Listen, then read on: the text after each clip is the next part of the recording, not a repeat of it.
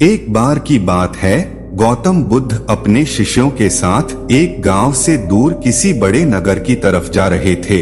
गर्मी के दिन थे और रास्ता भी बहुत लंबा था।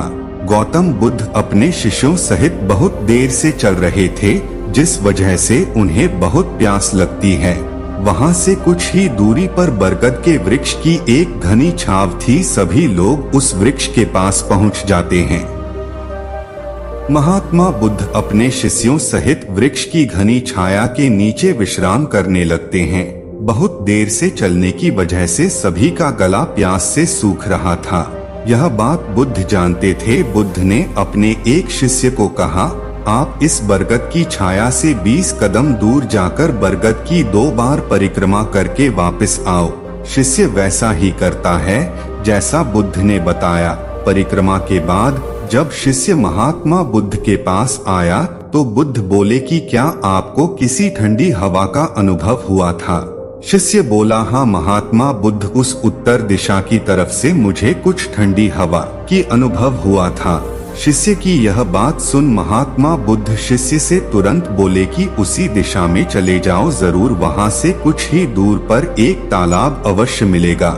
उस तालाब से सबके लिए पानी ले आओ। शिष्य उसी दिशा में जब कुछ दूर जाता है तो वहाँ सच में एक तालाब होता है। तालाब देख शिष्य बहुत प्रसन्न होता है और तालाब के निकट जाकर जैसे ही तालाब से पानी भरने वाला होता है, तभी शिष्य की नजर वहाँ दूर तालाब में कपड़े धो रही कुछ स्त्रियों पर जाती है। यह देख शिष्य मन में सोचते हैं कि यह पानी तो गंदा हो गया है, लेकिन जब शिष्य ध्यान से तालाब के पानी को देखते हैं कि अभी भी तालाब का कुछ पानी साफ है, इतने में 2 बैलगाड़ी जोर से तालाब के किनारे से होती हुई निकल जाती है। बैलगाड़ी के पहिए तालाब की मिट्टी के ऊपर इतनी जोर से निकलते हैं कि तालाब के नीचे बैठी बहुत सारी मिट्टी तालाब के ऊपर आ जाती है, जिस वजह से तालाब का बचा हुआ पानी भी गंदा हो जाता है। यह देख शिष्य बिना पानी लिए क्रोध में महात्मा बुद्ध के पास वापस चला जाता है। शिष्य बड़े ही निराशा भाव से महात्मा बुद्ध को सब बात बताता है। शिष्य की बातें सुन सभी शिष्य बोलते हैं कि हमें तुरंत यहाँ से निकलना चाहिए, किसी दूसरी जगह पानी की खोज करनी चाहिए, वरना प्यास के मारे जान निकल जाएगी। इधर महात्मा बुद्ध सभी को शांत होने के लिए कहते हैं और बोलते हैं कि धीरज रखो, कुछ देर यही बैठो, उचित समय आने तक संयम बनाए रखो। सभी महात्मा बुद्ध की बात सुनकर शांत हो जाते हैं और वही बैठ जाते हैं। कुछ समय बीत जाने के बाद महात्मा बुद्ध फिर से अपने शिष्य को उसी तालाब से पानी लाने के लिए कहते हैं। शिष्य बिना कोई सवाल किए उसी तालाब से पानी लेने के लिए फिर से चला जाता है। तालाब की हालत देख शिष्य को यकीन नहीं होता। तालाब का पानी पूरी तरह से साफ होता है। यह देख शिष्य बहुत खुश होता है और पानी भरकर महात्मा बुद्ध के पास जाता है। सभी पानी पीकर अपनी प्यास बुझते हैं, लेकिन अभी भी सबके मन में ये एक सवाल था कि आखिर यह चमत्कार हुआ कैसे? तालाब का सब पानी तो गंदा था। उन्हें लगा कि जरूर ये बुद्ध की शक्ति है। इनमें एक शिष्य ने यह सवाल महात्मा बुद्ध से पूछ ही लिया कि यह चमत्कार आपने कैसे किया? शिष्य का जवाब देते हुए महात्मा बुद्ध बोले कि यह कोई चमत्कार नहीं, यह आपके सब्र का फल है। यह फल है आपके सब्र बनाए रखते हुए उचित समय के इंतजार का।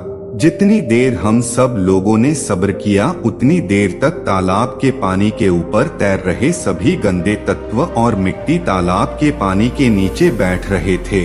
फिर कुछ देर बाद शिष्य जब वहां तालाब के पास पहुंचा, तब तक सब दूषित कण नीचे बैठ चुके थे, जिस वजह से तालाब का पानी पहले की तरह साफ हो चुका था तथा तालाब साफ दिखाई दे रहा था। यदि उस समय आप लोगों ने सब्र न किया होता, धैर्य न रखा होता, तो आप सब इतनी गर्मी में पानी की खोज में प्यासे रहकर शायद अब तक मृत्यु को प्राप्त हो गए होते, क्योंकि यहाँ से अगला कोई तालाब है या नहीं, और होगा भी तो क्या उसका पानी साफ होगा या नहीं। इन सब कारणों से आप कभी प्यास न बुझा पाते और प्यास से मर जाते। फिर इतना बोलने के बाद महात्मा बुद्ध शिष्यों को एक सीख देते हुए कहते हैं कि जैसी स्थिति हम लोगों के समक्ष आज आई है, वैसी ही स्थिति और मुश्किल दौर जिंदगी के हर मोड़ पर आएंगे। तब उस समय भी आपको ऐसे ही संयम बनाए रखना होगा और अपने विवेक से काम लेते हुए ही आपको एक उचित फैसले के साथ सही नतीजे पर पहुंचना होगा। हर मुश्किल दौर में सब्र रखते हुए ऐसे ही शांत मन से ही कोई फैसला लेना चाहिए जिसका आपके और दूसरों के लिए अच्छा हो, क्योंकि ऐसी स्थितियों में लोग अक्सर गुस्से में आकर अपना सब्र खो देते हैं और गुस्से तथा जल्दबाजी में गलत काम और फैसला कर बैठते हैं, जिसका बुरा परिणाम उनको भविष्य में देखने को मिलता है, जिसमें खुद का नुकसान अधिक होता है।